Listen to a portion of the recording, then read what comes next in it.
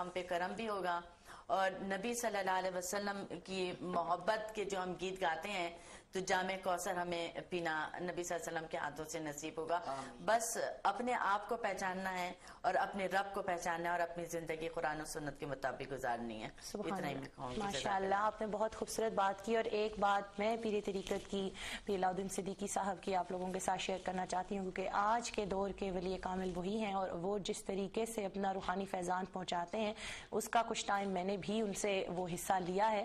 آپ فرماتے ہیں کہ اگر کوئی شخص چاہتا ہے کہ وہ دلی طور پر سکون میں رہے، لوگ اس کو پریشان کریں، اس کے پیچھے بات کریں، اور وہ اگر چاہتا ہے کہ وہ سکون میں رہے تو ایک بات سوچ لے کہ جتنے اس کے حاسدین اور اس سے نفرت کرنے والے، اس سے بغض کرنے والے بڑھیں گے، اتنے ہی اس کے نامہ اعمال میں سے گناہوں کی کمی ہوتی جائے گی۔ وہ کس طرح کہ جب کبھی کوئی شخص آپ سے بغض رکھتا ہے، آپ سے کینہ رکھتا ہے، آپ کو کچھ برا بولتا ہے، آپ کے لیے حسد رکھتا ہے، تو وہ آپ کے گناہوں کو لے لیتا ہے اور آپ کو اپنی نیکیاں دے دیتا ہے۔ اگر یہ چیز ہماری سمجھ میں آ جائے تو ہم بھی کسی کے گناہوں کو لینے سے پہلے یہ سوچیں کہ اگر ہم کسی کی غیبت کرنے جا رہے ہیں، کسی کو برا بلا کہنے جا رہے ہیں، کسی کا دل دکھانے جا رہے ہیں، تو اصل میں ہم کیا کرنے جا رہے ہیں؟ ہم جو ہمارے پاس ہیں ہی نہیں ہیں، اتنی نیکیاں موجود ہی نہیں ہیں، ہم وہ نیکیاں بھی کسی اپنے دشمن کو دے رہے ہیں، تو کوئی اپنے دشمن کو اچھی چیز نہیں دیتا۔ آج کے دن آپ اگر اپنے آپ سے یہ وعدہ کر لیں کہ آج سے ہم نے اپنے گناہوں کو کسی کو دینا ہے، اور اس کی نیکیوں کو لینا ہے، تو پھر خاموشی سے اور صبر سے اپنی زندگی گزاریں۔ اور اپنے پروگرام کے آخر میں ایک حدیث جو بہت ہی خوبصورت ہے اولیاء کرام اور صوفی ازم کے حوالے سے، وہ میں ضرور پیش کرنا چاہوں گی، اور یہ جو حدیث ہے یہ بھی صحیح بخاری صحیح مسلم سے۔ اس حدیث کے مطابق آپ کو پتہ چلے گا کہ اصل میں یہ جو روحانی سفر ہے اس کا مقصد کیا ہے۔ نبی پاک صلی اللہ علیہ وآلہ وسلم ایک دفعہ 3 دن تک مسجد آتے رہے اور مجلس نہ کی بلکہ امامت کرتے اور نماز کروا کے واپس چلے جاتے۔ صحابہ کرام کافی پریشان ہوئے اور ایک دن پوچھ ہی لیا کہ آخر ماجرا کیا ہے کہ آپ آتے ہیں، آپ نماز پڑھاتے ہیں اور ہم سے مجلس ہمارے ساتھ بیٹھتے نہیں اور آپ چلے جاتے ہیں۔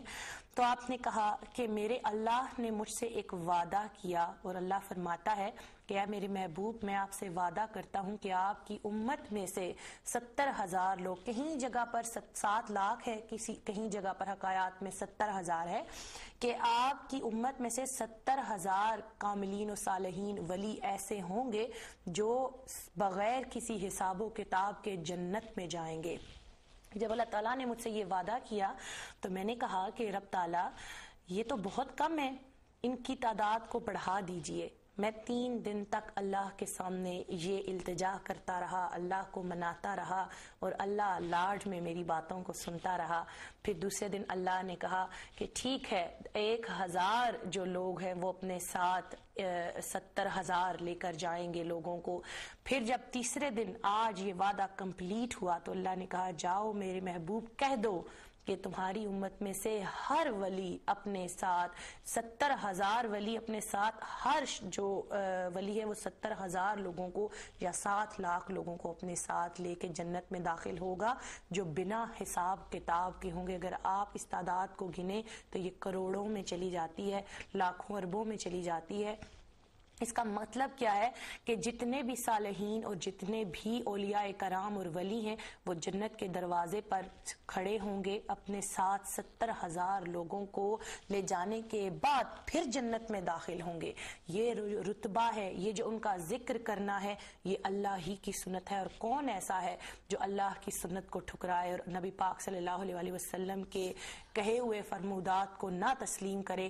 آج یہ اپنے ساتھ عہد کر لیجئے کہ اگر ہمیں اپنی زندگی میں اپنی زندگی کو بہتر بنانا ہے تو پھر اللہ کے بنائے ہوئے احکامات پر عمل کرنا ہے اور اللہ کے پسندیدہ لوگوں سے محبت کرنی ہے، کیونکہ یہ محبت اللہ نے ہمارے دلوں میں ڈالی ہے۔ جسے اللہ پسند نہیں کرتا اس کا نام و نشان مٹا دیتا ہے، اور جسے پسند کرتا ہے اس کا ذکر بلند کرتا ہے۔ اور بہت ہی خوبصورتی کے ساتھ یہ ذکر نور ٹی وی کے ذریعے آپ تک پہنچتا ہے. میں ہمیشہ آپ سے یہی سوال کرتی ہوں کہ دیکھیے آج بھی ہم آپ کے لیے ایک بہت ہی خوبصورت ہستی کا ذکر لے کے آئے ہیں. کبھی یہ بھی سوچئے گا کہ آپ نور ٹی وی کو کیا دیتے ہیں. اپنی زندگی میں سے کچھ پل دینے کے ساتھ ساتھ اپنی مالی مدد اور اپنی فزیکل مدد بھی ضرور نور ٹی وی کے حصے میں ڈالیے. اللہ تعالیٰ آپ کا حامی و ناصر جہاں رہیں خوش رہیں. ہمارے پیر طریقت کی صحت اور زندگی کے لیے دعا کرتے رہے. اللہ تعالیٰ آپ کو صحت اور زندگی عطا کرے اور ہمیں بھی اپنی دعاؤں میں یاد رکھیں. اسپیشلی ہمارے ساتھ میری ایک بہت ہی اچھی بہن ہے, ان کے والد کا آپریشن ہے, ان کے لیے خصوصی دعا کریں. ہمارے ساتھ جو میری آنٹی بیٹھی ہیں ریحانہ جی, ان کے جو ہسبینڈ ہیں وہ بیمار ہیں, ان کے لیے دعا کریں. اور جتنے بھی اس دنیا میں موجود لوگ بیمار ہیں ان کی صحت کے لیے دعا کریں. اللہ تعالیٰ آپ کا حامی و ناصر. اللہ حافظ.